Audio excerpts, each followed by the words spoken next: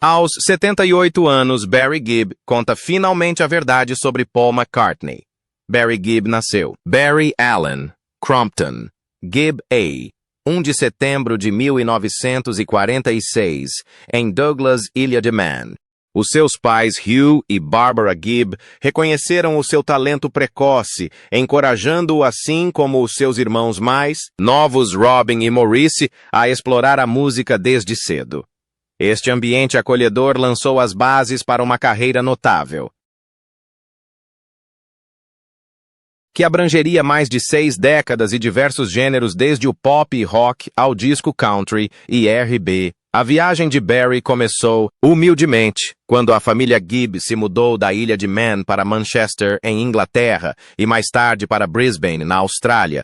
Foi aí que Barry e os seus irmãos formaram os Bee Gees, um nome que acabaria por se tornar sinônimo de êxitos que chegaram ao topo das tabelas, harmonias distintas e impacto cultural.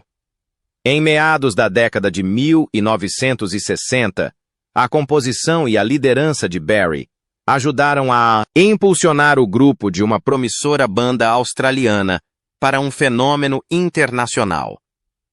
No final dos anos 60 e início dos anos 70, os Bee Gees já tinham conquistado o seu lugar na história da música pop com baladas emocionantes como To Love Somebody e Massachusetts, que exibiam a capacidade de Barry para contar histórias através das suas letras e o seu talento para as melodias. A década de 1970, no entanto, marcou uma era decisiva na vida e no legado de Barry Gibb. Com a sua visão criativa a guiar, o grupo, os Bee Gees, reinventaram-se para abraçar a sonoridade em constante evolução da era disco. As suas contribuições para a banda sonora de Os Embalos de Sábado à Noite, incluindo Stayin' Alive, Night Fever e How Deep Is Your Love, não só dominaram as tabelas musicais em todo o mundo, como se tornaram marcos culturais que definiram uma geração. O falsete de Barry tornou-se imediatamente reconhecível, uma marca que influenciou inúmeros artistas e moldou o rumo da música popular.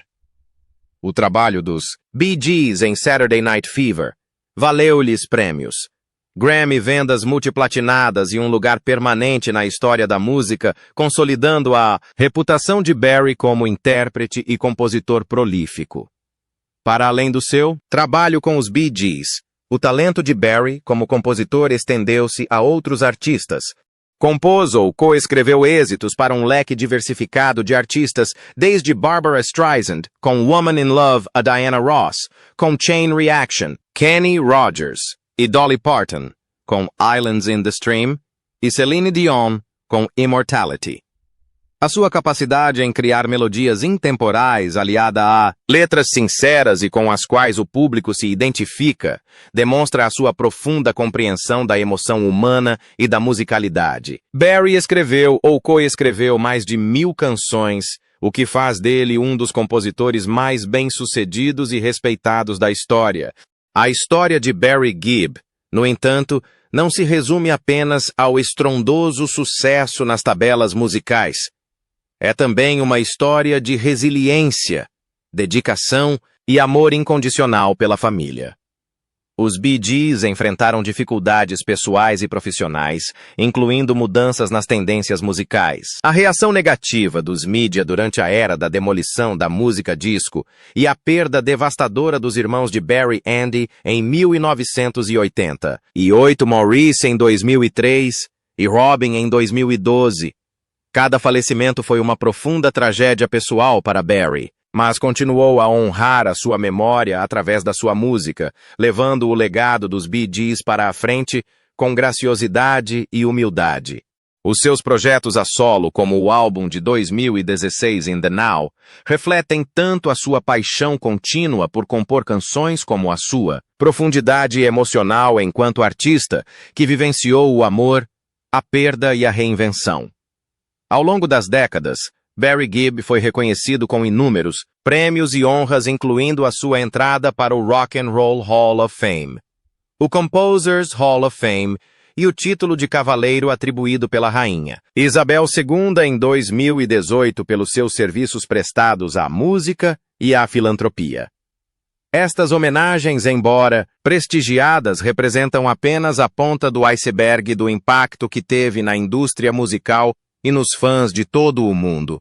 Como tributo à vida de Barry Gibb, pode ser vista como um testemunho do poder duradouro da música em conectar corações através de culturas e gerações.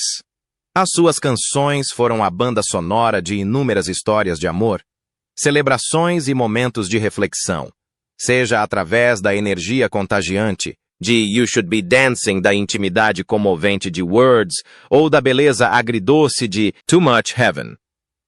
Barry presenteou o mundo com música que transcende o tempo e os gêneros.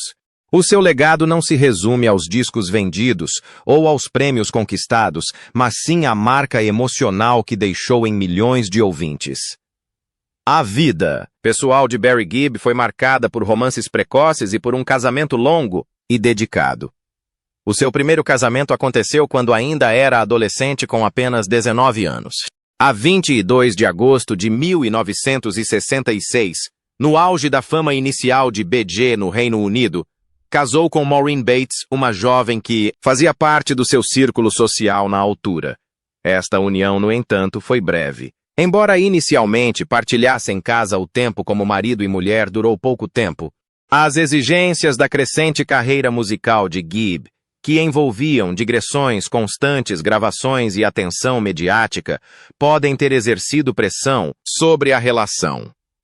Depois de viverem juntos durante um curto período, o casal separou-se, e o casamento terminou oficialmente em divórcio em julho de 1970, menos de 4 anos após o casamento. Este capítulo inicial da vida pessoal de Gibb terminou discretamente, abrindo caminho para uma relação muito mais duradoura que se seguiria. Durante este mesmo período, a fama de Barry Gibb continuou a crescer, e o seu trabalho colocava-o frequentemente em contato com celebridades e figuras públicas.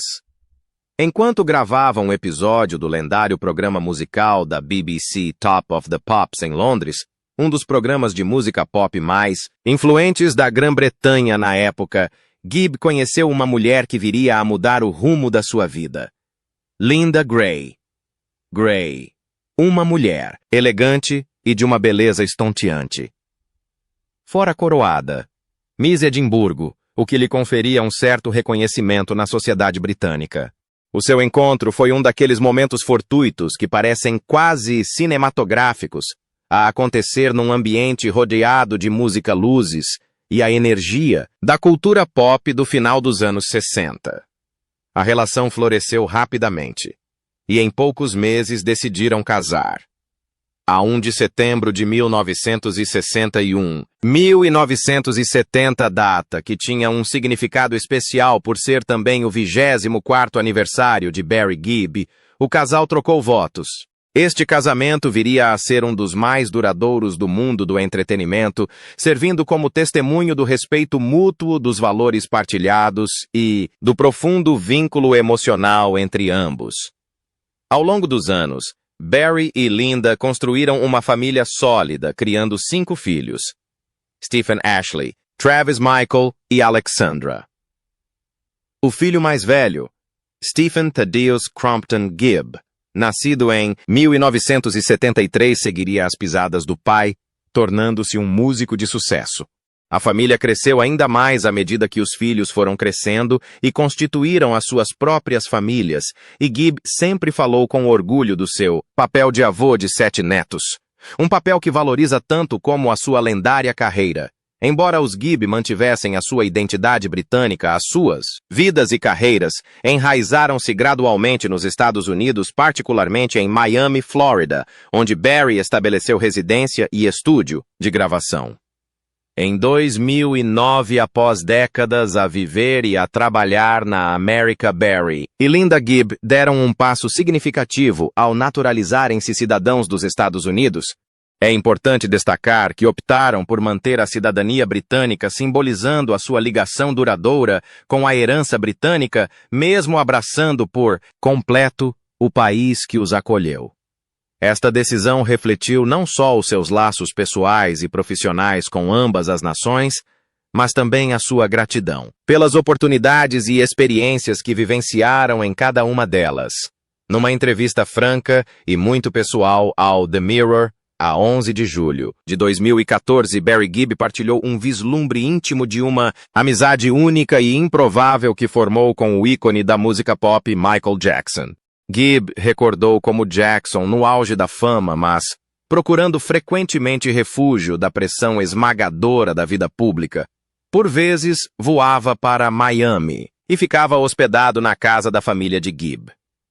Em vez de viver sob os holofotes, Jackson encontrava conforto no ambiente doméstico da casa de Barry, onde a atmosfera era bem diferente do caos dos fãs histéricos e dos paparazzi implacáveis. Gibb pintou um retrato vívido do peculiar sentido de humor de Jackson, descrevendo como o cantor se sentava na cozinha com ele assistindo à cobertura jornalística dos fãs reunidos à portas do hotel de Jackson, na televisão, rindo sozinho e imitando a sua famosa marca vocal, hi-hi. As visitas não eram meramente sociais, mas também profundamente criativas. A certa altura, Jackson chegou a viver no andar de cima da casa de Gibb, durante um longo período pouco antes do início do seu julgamento de abuso infantil que ganhou grande repercussão. Embora a gravidade dos problemas legais de Jackson pudesse ter dominado as conversas, Gibb explicou que nunca falaram sobre o caso, preferindo manter o tempo juntos livre de controvérsias e focados naquilo que ambos mais amavam fazer: música. Passavam horas sentados trocando ideias musicais, compondo canções e ocasionalmente apreciando um ou dois copos. Gibb observou com um sorriso que Michael, apesar da sua imagem pública impecável, gostava de vinho, e houve várias noites em que o rei da pop simplesmente adormecia no chão relaxado e despreocupado na segurança da casa do seu amigo. Ao refletir sobre estes momentos, Gibb manifestou genuína tristeza pela ausência de Jackson na sua vida, dizendo que sente saudades e guarda com carinho as memórias desses momentos tranquilos e espontâneos que passaram juntos. Para além destas ligações profundamente pessoais, a vida de Barry Gibb ficou também marcada pelos lugares a que chamou casa. Embora possua uma propriedade no Reino Unido, a sua residência principal está nos Estados Unidos desde 1974, quando os Bee Gees transferiram a sua base de operações para Miami para se integrarem na efervescente cena musical americana. O amor duradouro de Gibb pelos MCU tornou-se evidente quando, em janeiro de 2006, comprou a histórica casa em Hendersonville, Tennessee, que pertenceu aos lendários músicos country Johnny Cash e June Carter Cash. Para Gibb, isto era mais do que uma simples aquisição imobiliária. Era uma oportunidade para preservar e celebrar o legado de dois artistas que admirava profundamente. A sua visão era restaurar a propriedade à sua antiga glória e transformá-la num retiro para compositores, um santuário criativo onde os músicos pudessem colaborar, refletir e inspirar-se na história embutida nas suas paredes. Tragicamente, o projeto nunca se concretizou na sua forma original. A 10 de abril de 2007, durante o processo de renovação, a casa foi completamente destruída por um incêndio que devastou a estrutura, deixando apenas cinzas, onde antes existia um marco da história da música. Apesar da perda, acabou por ser construída uma nova casa no local, servindo tanto como homenagem à propriedade original como símbolo de resiliência. Gibb continuou a ser o proprietário da casa por mais alguns anos, antes de finalmente a vender em 2014, encerrando um capítulo na sua jornada pessoal e criativa marcada tanto pela inspiração como pela decepção. Aos 78 anos, Sir Barry Gibb, o último membro sobrevivente da lendária banda Bee Gees, chegou a um ponto da sua vida e carreira em que a reflexão se torna tão natural como respirar. Décadas de triunfos musicais, desafios pessoais e a inevitável passagem do tempo conferiram-lhe uma perspectiva experiente e sincera. Durante anos, os fãs e os jornalistas especularam sobre a natureza da sua relação com Sir Paul McCartney, outro titã da indústria musical, e uma das figuras mais influentes da cultura popular. Os dois, cada um. Um gigante no seu próprio campo, cruzaram-se ocasionalmente, em público, em cerimônias de entrega de prêmios, eventos de beneficência ou estúdios de gravação partilhados. Mas Gibb raramente falou em pormenor sobre McCartney. Quando o fazia, as suas palavras eram geralmente breves, educadas e envoltas na diplomacia cuidadosa que acompanha a trajetória nos altos escalões do mundo do entretenimento. Agora, nesta fase mais avançada da sua vida, Gibb já não sente a mesma pressão para proteger cada opinião ou para manter versões polidas e aprovadas pela assessoria de imprensa. Numa entrevista recente, o seu tom carregava o calor das antigas recordações, mas também o peso da verdade daquela que só se adquire com anos de experiência de vida. Descreveu McCartney não apenas como um dos maiores compositores de todos os tempos, mas como um homem cuja visão criativa e ética de trabalho incansável estabeleceram um padrão que até outros ícones consideraram intimidante. Gibb admitiu que nos primórdios dos Bee Gees, os Beatles e McCartney em particular, foram tanto uma inspiração como uma espécie de parâmetro intimidante. Estávamos a tentar deixar a nossa própria marca, explicou Gibb, mas os Beatles estavam aí a mudar as regras da música a cada poucos meses. Não dava para ignorar, só dava para ficar admirado. Prosseguiu revelando que nos bastidores, McCartney sempre fora amável, generoso com o seu tempo e genuinamente interessado no trabalho de outros artistas. Gibb recordou uma noite específica em Londres no final da década de 1970, quando os Bee Gees estavam no auge da fama. Da era disco McCartney, apareceu num estúdio onde estavam a gravar não para fazer uma grande entrada, mas simplesmente para ouvir, dar algumas gargalhadas e conversar sobre a arte de compor canções. Naquela noite não havia nada a ver com egos, disse Gibb com um sorriso. Eram apenas dois tipos que adoravam música sentados numa sala a falar sobre mudanças de acordes, melodias e por que é que certas músicas simplesmente funcionam. Ao contar estas histórias, Gibb dissipou o mito antigo de que existia rivalidade ou tensão entre os Bee Gees e os Beatles. Reconheceu que, embora as comparações fossem inevitáveis, uma vez que ambas as bandas eram britânicas focadas nas harmonias vocais e extremamente bem-sucedidas, a verdade era muito mais simples e calorosa. Havia respeito mútuo, uma compreensão partilhada das pressões que acompanham a fama e uma camaradagem tácita entre aqueles que conheceram tanto os momentos de êxtase da adoração como o peso da expectativa. Para Barry Gibb, falar abertamente significa agora mais do que apenas esclarecer os factos.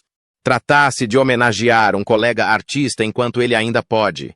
Quando se chega à minha idade, refletiu, não se quer deixar nada por dizer.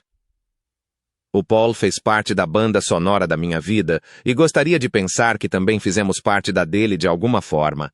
Só quero que as pessoas saibam que ele é genuíno e gentil ao extremo e que ainda assim toca baixo muito bem. Ao escolher este momento para partilhar a verdade nua e crua, Gibb deu aos fãs um vislumbre íntimo de uma amizade forjada não pela proximidade constante, mas por uma história partilhada. Admiração mútua e um amor profundo e duradouro pela arte da música.